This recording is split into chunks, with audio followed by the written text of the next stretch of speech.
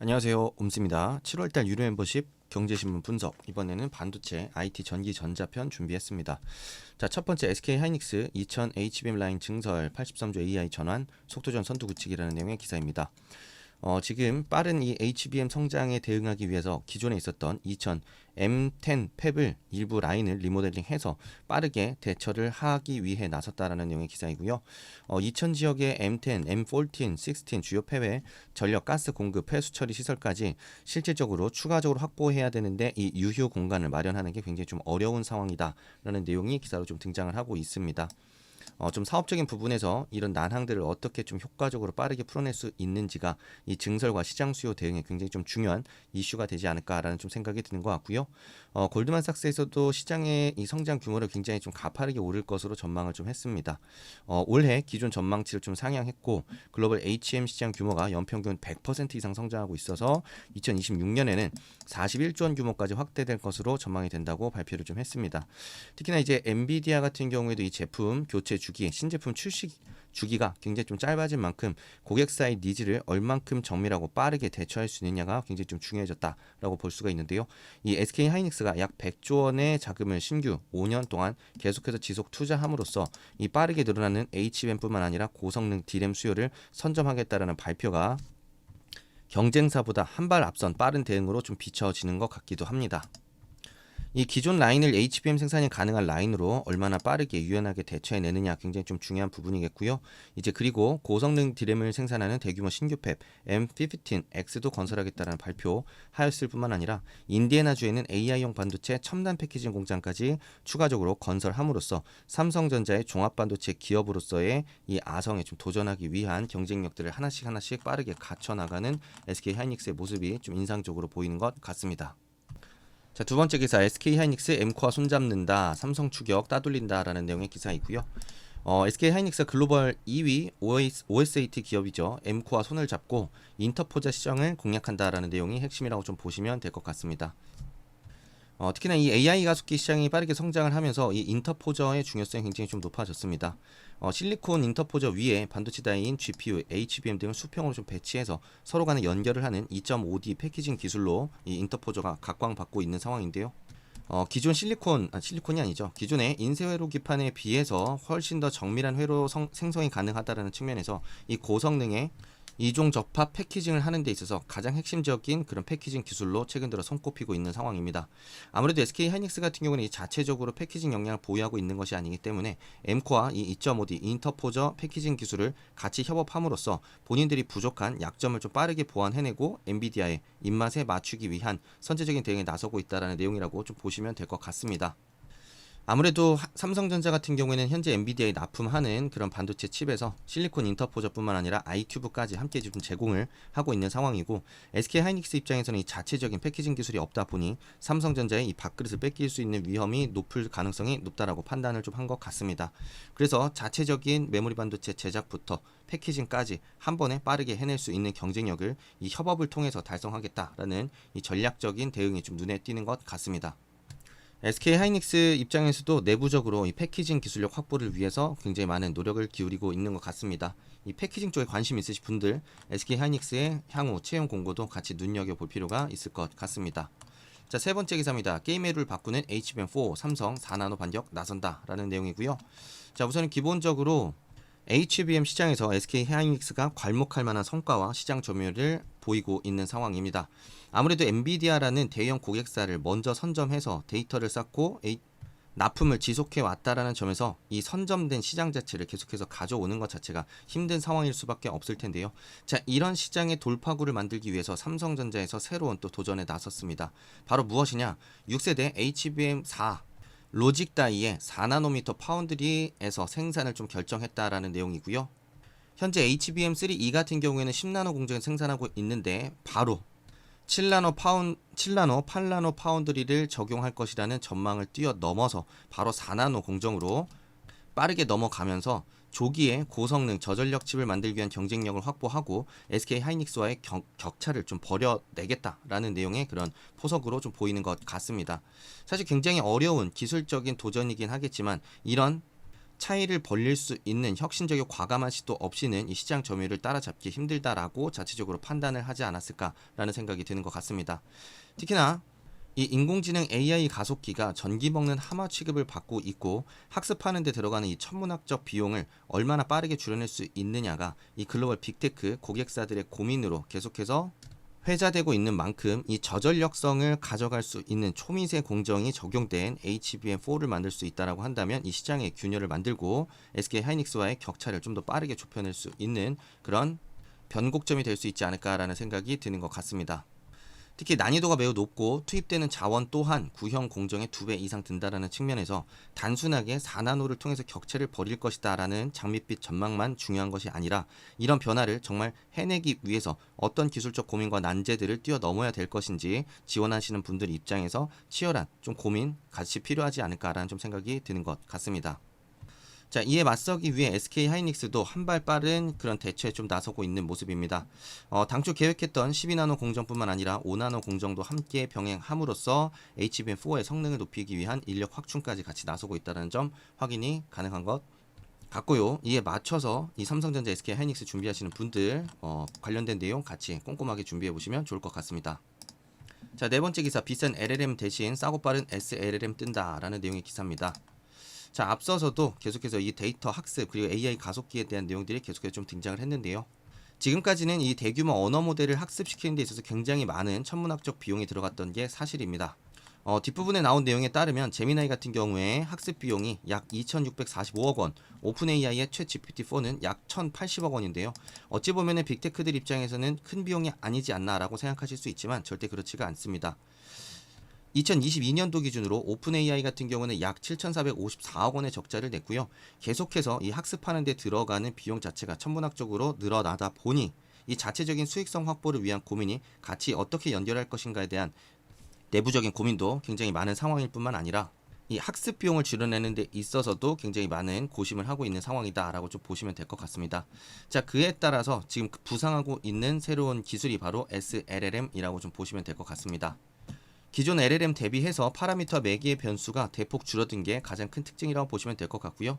LLM 같은 경우에는 파라미터만 수천억 개에서 조 단위를 넘나들지만 SLM은 그 파라미터가 수천만 개에서 수십억 개 사이로 왔다 갔다 하는 좀 더 라이트한 모델이라고 좀 보시면 되겠습니다. 특정 도메인이나 간단한 작업에 최적화된 LLM이라고 좀 보시면 될 것 같고요. 온디바이스 AI 같은 경우에도 바로 이 SLLM 모델이 적용됨으로써 제한된 자원을 빠른 속도로 학습시키고 상대적으로 적은 학습 비용을 통해서 이런 AI의 가치를 좀 더 온전히 빠르게 담아낼 수 있다는 점 때문에 그 중요성이 부각되고 있는 상황이다라고 좀 보시면 될 것 같습니다. 이런 내용을 최신 사회 이슈 같은 경우에도 충분히 활용할 만한 소재가 아닐까라고 생각이 좀 드는 것 같고요. 향후 이 SLLM 시장 규모 성장세 보시면 2022년 51.8억 불 시장에서 2029년 약 8년 동안 3배 이상 증가하는 모습 보이는 거 확인이 가능하실 겁니다. 자, 이에 따라서 마이크로소프트뿐만 아니라 국내에 있는 네이버 그리고 LG U+도 자체적인 SLM 모델을 만들어서 개발하고 시장에 공급할 예정으로 지금 계속해서 기사가 등장을 하고 있는 상황인데요. 향후에 이 SLLM 시장이 커지면 커질수록 이 파운더리 입장에서도 그리고 메모리 반도체 입장에서도 기존과 다른 이 대규모 언어 모델 학습에 필요한 가속기가 아닌 어떤 새로운 신규 반도체가 어떤 고객사들을 대상으로 증가할 가능성이 있을지에 대한 부분 같이 치밀하게 정리해보고 고민하신다면 향후 자소서 쓰실 때도 도움 많이 받을 수 있지 않을까라는 생각이 드는 것 같습니다. 다섯 번째 기사, 삼성 OS 타이젠의 부활입니다. 애플 구글 천하에 도전장 내민다라는 내용인데요. 타이젠은 2012년에 삼성전자에서 자체적으로 개발했던 스마트폰 OS입니다. 안드로이드, 애플의 아성을 뛰어넘지 못하고 실패작으로 평가받기도 했었는데요. 하지만 2015년 TV, 냉장고, 세탁기 등 가전에 적용되기 시작하면서 빠르게 그 자체적인 OS 경쟁력을 확보해 왔다라는 내용이 골자라고 좀 보시면 될 것 같습니다. 가전제품이 점점 진흥화될수록 더 다양한 기능들이 탑재되고 이 다양한 기능들을 효율적으로 통제하고 그 가전을 사용하는 과정에서 쌓이는 데이터들을 효과적으로 매니지하기 위한 이런 자체적인 OS의 필요성이 아마 부각되지 않았을까라고 생각이 드는 것 같은데요. 독일의 프리미엄 브랜드 로에베 스텔라뿐만 아니라 이 호주 그리고 튀르키예, 중국 주요 국가들의 전기전자 회사들과의 이 전략적 제휴를 통해서 빠르게 OS를 확장시켜 나간다는 점이 굉장히 좀 인상적인 것 같습니다. 향후에는 인공지능과 결합된 사물 인터넷 세계를 구축하려는 이 장기적인 전략의 일환으로 좀 비춰지고 있는 모습인데요. 전 세계 스마트 TV OS 시장 점유율 보시게 되면 안드로이드가 39%, 타이젠 18%, LG전자, 웹 OS가 10.8%로 꽤나 높은 그런 마켓쉐어 보여주고 있는 상황입니다. 이 자체적인 OS를 활용하게 된다면 기기 사용자들에게 좀 더 강력한 보안 기능을 바탕으로 개인 맞춤형 서비스까지 제공할 수 있다는 측면에서 이 OS 경쟁력 확보가 앞으로 개인화된 경험을 제공하는 데 있어서 굉장히 중요한 전략적 요충지가 될 수밖에 없을 것이고요. 이제는 제품을 판매하고 끝이 아니라 그 안에서 소프트웨어까지 팔 수 있는 생태계가 구축이 될 것이기 때문에 이 자체적인 OS 생태계를 더 빠르게 확장할수록 각종 컨텐츠 개발수로부터 받는 광고, 수수료 수익 등까지 확보함으로써 성장 정체에 다다른 전기전자 시장을 뚫고 나가는 데 있어서 굉장히 유의미한 변화를 만들 수 있는 요인이 되지 않을까 생각이 드는 것 같습니다. LG전자 역시도 자체적인 OS, 웹 OS 확대에 주력을 하고 있는 상황인데요. 시간이 되시는 분들이라면 삼성전자와 그 LG전자 간의 이 OS의 차이 어떤 부분에서 생기는지 조금 더 면밀하게 들여다보셔도 좋지 않을까 생각이 드는 것 같습니다. 자, TV 냉장고 에어컨 LG 고객 10명 중 3명이 구독한다라는 내용의 기사입니다. 이 구독 제품을 구매한 고객들이 빠르게 늘어나고 있습니다. LG전자의 구독 사업 매출 추이 또한 작년 2023년 기준으로 1조 1341억 원을 기록했을 정도로 전년도에 비해서 굉장히 가파른 성장률을 보여주고 있는 상황입니다. 전담 매니저가 그 청소와 성능 점검부터 소모품 교체까지 서비스, 번거로움을 모두 다 대체해주기 때문에 소비자들 입장에서는 편의성이 올라갈 수밖에 없겠습니다. 이 TV 냉장고 에어컨부터 시작해서 이제는 굉장히 그 제품의 폭이 빠르게 넓어지고 있는 만큼 이 렌탈 시장, 구독 시장을 잡기 위한 이 LG전자와 삼성전자의 새로운 시도와 변화가 굉장히 빨리 이루어지지 않을까 전망을 해볼 수 있는 부분이고요. 그 LG 베스트샵에서 판매된 주요 제품 중 구매 구독이 가능한 제품이 20%로 전체 구독 비중의 36.2% 차지하고 있는 점 확인이 되는 것 같습니다. 또한 여름철을 맞아서 인공지능 에어컨에 대한 수요가 급감했다는 점 확인이 가능하고요. 올레드 TV뿐만 아니라 스탠바이비, QLED TV 등 구독 판매가 빠르게 늘어나고 있다는 점 확인이 가능한 것 같습니다. 2021년 대형 가전 구동을 본격적으로 시작한 지 불과 2년 만에 1조 매출을 달성했다는 점 굉장히 인상 깊은 부분이 아닌가라고 좀 생각이 드는 것 같고요. 이제는 그 가파른 성장세 덕분에 올 연말까지 약 2조 원에 달하는 매출까지도 기록이 가능하지 않을까라고 시장에서는 전망을 하고 있는 것 같습니다. 초기 구입 비용에 대한 부담이 없고 매월 일정 금액만 쓰면서 프리미엄 가전을 이용할 수 있다는 점, 그리고 언제든지 원하는 프리미엄 가전을 교체할 수 있을 뿐만 아니라 이런 관리까지 조금 더 효율적이고 편리성 있게 할 수 있다는 점에서 고객들로부터 환호받고 있는 것 같습니다. 앞으로 더욱 빠르게 확대될 이 구독 사업 어떻게 확장해 나갈 것인지, 그리고 삼성전자와 LG전자의 전략이 어떻게 상이하게 차이가 나는지에 대한 부분도 한 번 더 들여다볼 수 있지 않을까 생각이 드는 것 같습니다. 자, 7번째 기사, 조주환 LG전자 CEO, 퀄컴 CEO와 회동한다. 집 차량에 있는 AI 협력 논의했다라는 내용이고요. LG전자가 스마트 라이프 솔루션 실현을 위해서 굉장히 광폭적인 이런 협력을 구축해 나가고 있는 상황입니다. 최근에는 LG전자가 인수한 스마트홈 플랫폼 애톰과 관련 협업 방안을 함께 지금 퀄컴 CEO와 함께 논의를 하고 있다라는 내용 좀 나오고 있는 것 같고요. 이 LG전자 같은 경우는 공감지능을 이제 넘어서 이 스마트홈 서비스까지 확대해 나간다. 그래서 그 새로운 경험을 창출하는 영역을 모빌리티뿐만 아니라 온라인 공간까지 빠르게 확대한다라는 이 전략을 구상하고 있는 것으로 좀 보이고 있는 것 같습니다. 이 스마트폰이 없는 이런 상황에서도 모든 가전을 사용할 때의 경험을 어떻게 하나로 묶느냐에 따라서 LG전자의 이 가전 전략 또한 굉장히 좀 인상적으로 우리가 볼 수 있는 방향성이 아닌가라고 좀 생각이 되는 것 같은데요. 앞으로 이런 심리스한 경험을 제공하는 데 있어서 무선 통신을 직접 개발하고 칩셋을 만들기 위한 파트너로서 퀄컴을 선택한 것으로 보이는 것 같습니다. 8번째 기사, 노태문 연내 구글과 XR 플랫폼 공개라는 내용입니다. XR 생태계가 빠르게 성장하면서 앞으로 굉장히 크게 들어설 시장으로 시장에서 내다보고 있는 상황입니다. 연내에 XR 자체적으로 개발한 XR 플랫폼을 공개한다라는 내용이 좀 나오고 있는 상황인데요. 이 PwC에서 발표한 자료에 따르면 XR 시장 같은 경우에는 내년 540조 그리고 2030년까지 1700조 원 시장까지 빠르게 확대될 것으로 전망이 되고 있는 만큼 이 시장에서의 경쟁 구도 우리가 잘 지켜볼 필요가 있겠습니다. 삼성전자는 협력 진영으로 구글과 퀄컴을 선택을 하였고요. 그 차세대 XR 경험을 어떻게 제공할 것인가가 바로 이 시장을 선점하는 데 있어서 굉장히 중요한 요소가 되지 않을까 생각해 볼 수 있는 것 같습니다. 그리고 특히나 삼성전자의 이 전략적 방향성이 저는 좀 더 인상적으로 좀 보이는 것 같은데요. 기기 판매를 하는 것 자체도 중요하겠지만 이 컨텐츠를 어떻게 누림으로써 고객들한테 새로운 경험을 잘 줄 수 있을 것이냐에 대한 부분이 이 기기를 파는 것보다 더 중요한 부분이라고 내다보고 있는 상황입니다.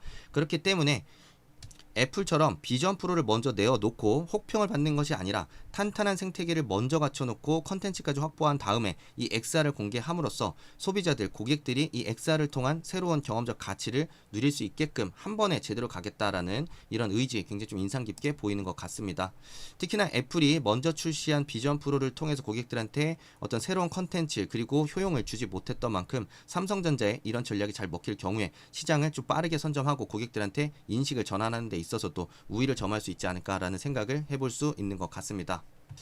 또한 갤럭시 AI 확장에 대한 의지도 같이 드러나고 있다라는 내용 나오고 있는데요. 이제 올해 초 발표한 갤럭시 AI 탑재 기기 목표수가 이제 기존 1억 대에서 2배 늘린 2억 대까지 재설정하면서 강한 자신감을 보이고 있는 상황입니다. 앞으로 이 온디바이스 AI를 좀 활용해서 창의성과 생산성 그리고 장벽 없는 소통, 건강 관리라는 이런 기조를 통해서 고객들한테 새로운 경험적 가치 창출하겠다는 방향성 가치 체크가 가능하고요. 이젠 앞으로 보급형 모델에도 이 AI를 심기 위해서 고민을 할 텐데요. 조금 더 가벼운 환경에서도 돌아갈 수 있는 이런 AI 모델 어떻게 성능 개선을 해낼 수 있는지에 대한 부분도 같이 체크를 해보면 좋을 것 같습니다. 중장기적으로 봤을 때는 이 AI 대중화를 통해서 굉장히 폭발적으로 늘어나는 데이터들을 확보할 것으로 전망이 되는 것 같고요. 이를 통해서 보다 정교한 분석을 기반으로 한 차별화된 경험 제공을 위한 토대를 단단하게 갖춰 나갈 수 있을 것으로 전망이 되는 만큼 삼성전자의 이런 AI 전략 굉장히 괄목할 만한 부분이 아닌가 생각이 드는 것 같습니다. 자, 오늘 준비한 기사 8개 여기까지 준비했고요. 잘 정리하셔서 하반기 잘 대처하시면 좋을 것 같습니다. 감사합니다. 옴스였습니다.